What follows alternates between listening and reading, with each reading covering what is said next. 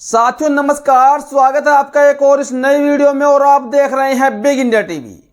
देश में 2024 का लोकसभा चुनाव बेहद करीब है और देश में बनने वाला है नया प्रधानमंत्री।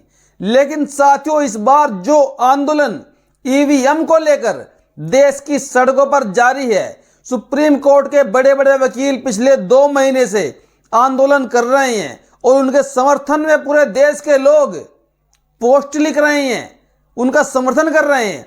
क्या इस बार 2024 का लोकसभा चुनाव बैलेट पेपर से होगा? आज साथियों इस मुद्दे पर बात करने वाले हैं। साथियों आपने लगातार देखा जैसे जैसे सुप्रीम कोर्ट के मुख्य न्यायाधीश DY चंद्रचूड़ साहब का हथौड़ा भाजपा सरकार के ऊपर चला, चुनाव आयोग के ऊपर चला। साथियों उस तरीके से अगर देखा जाए तो अब देश के चुनाव आयुक्त जो मुख्य राजीव कुमार जी, उनकी भाषा बदल चुकी है, वो डर चुके हैं। और डर किसका? मोदी जी का डर नहीं, चुनाव आयुक्त के ऊपर साथियों डर मंडरा रहा है CJI DY चंद्रचूड़ का। क्योंकि जो भाषा आज राजीव कुमार जी की बदल गई है उसका मुख्य कारण है DY चंद्रचूड़। क्योंकि वो जानते हैं जब DY चंद्रचूड़ ने मोदी जी को नहीं छोड़ा, मोदी जी को रगड़ दिया और एक झटके में इलेक्टोरल बॉन्ड को नष्ट कर दिया, उस पर बैन लगा दिया, तो फिर चुनाव आयुक्त क्या हस्ती हैं DY चंद्रचूड़ के सामने। साथियों एक पहले आप बयान सुन लीजिए राजीव कुमार जी का, जो वो बात कर रहे हैं, सुनिए बयान को। Transparency, information. Second, involve. तो हमारा सुप्रीम कोर्ट में यही आधार था कि we are in favour of transparency. साथियों आपने बयान सुना, जो ईवीएम के ऊपर, जो चुनाव आयोग के ऊपर लगातार शिकायतें खड़ी हो रही थी, जो सवाल पैदा हो रहे थे कि चुनाव आयोग बात करने को तैयार नहीं है, इंफॉर्मेशन देने को तैयार नहीं है। अब वही चुनाव आयुक्त राजीव कुमार जी बार बार इंफॉर्मेशन और ट्रांसपेरेंसी की बात कर रहे हैं। यानी कि जो भी चुनाव इस बार होगा 2024 का, चाहे वो ईवीएम से हो, चाहे वो बैलेट पेपर से हो। हालांकि साथियों जो तैयारियां हो रही है वर्तमान में जमीनी स्तर पर, चुनाव आयोग ने पूरे देश का तकरीबन सर्वे कर लिया है और चुनाव आयोग इस बार भी 2024 का लोकसभा चुनाव ईवीएम से ही कराएगा। आसार साथियों ऐसे लग रहे हैं। हालांकि हमारी पूरी उम्मीद है और हमारी कोशिश भी है और हम यही चाहते हैं कि देश से ईवीएम बैन हो जाए, देश से ईवीएम खत्म हो जाए और 2024 का लोकसभा चुनाव बैलेट पेपर से कराया जाए।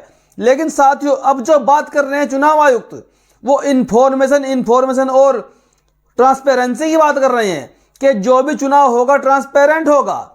क्योंकि साथियों जो डर सुप्रीम कोर्ट का चुनाव आयुक्त को लग गया है उससे वो बाहर नहीं निकल पा रहे हैं।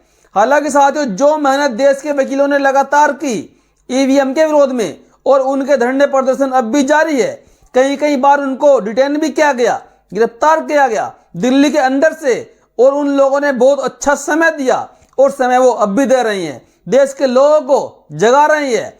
हालांकि साथियों सबसे बड़ा डर यह है कि जिस ईवीएम को कोई भी किसी भी चौराहे पर रख के हैक कर सकता है, अगर उससे कहीं ना कहीं 2024 में एक बार फिर बीजेपी ईवीएम का हैक करके सत्ता में बैठ गई तो फिर देश का क्या हाल होगा, ये बात आप भी अच्छी तरह जानते हैं।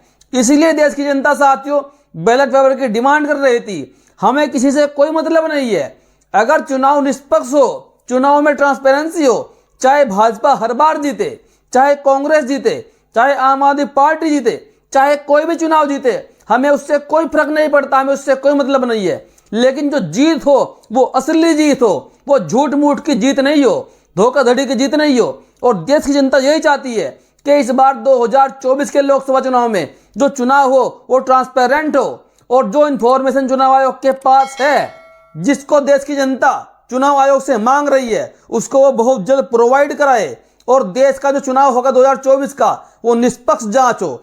लेकिन साथियों जैसे जैसे सुप्रीम कोर्ट का हथौड़ा चला, एक बार तो चंडीगढ़ के मेयर के चुनाव में चला, इलेक्टोरल बॉन्ड के ऊपर चला, और साथियों अब एक हथौड़ा चुनाव आयोग के ऊपर भी चलने वाला है सुप्रीम कोर्ट का। अब इसी को देखते हुए चुनाव आयुक्त के बयान बदल चुके हैं, वो बहुत ज्यादा डर चुके हैं। और जब मोदी जी डर गए तो फिर वो किस खेत की मूली है। तो साथियों कुल मिलाकर आप क्या कहना चाहते हैं, आपकी क्या राय है? क्या इस बार 2024 के लोकसभा चुनाव में ईवीएम से चुनाव होना चाहिए या इसको हटा देना चाहिए? अपनी प्रतिक्रिया जरूर दीजिएगा। वीडियो देखने के लिए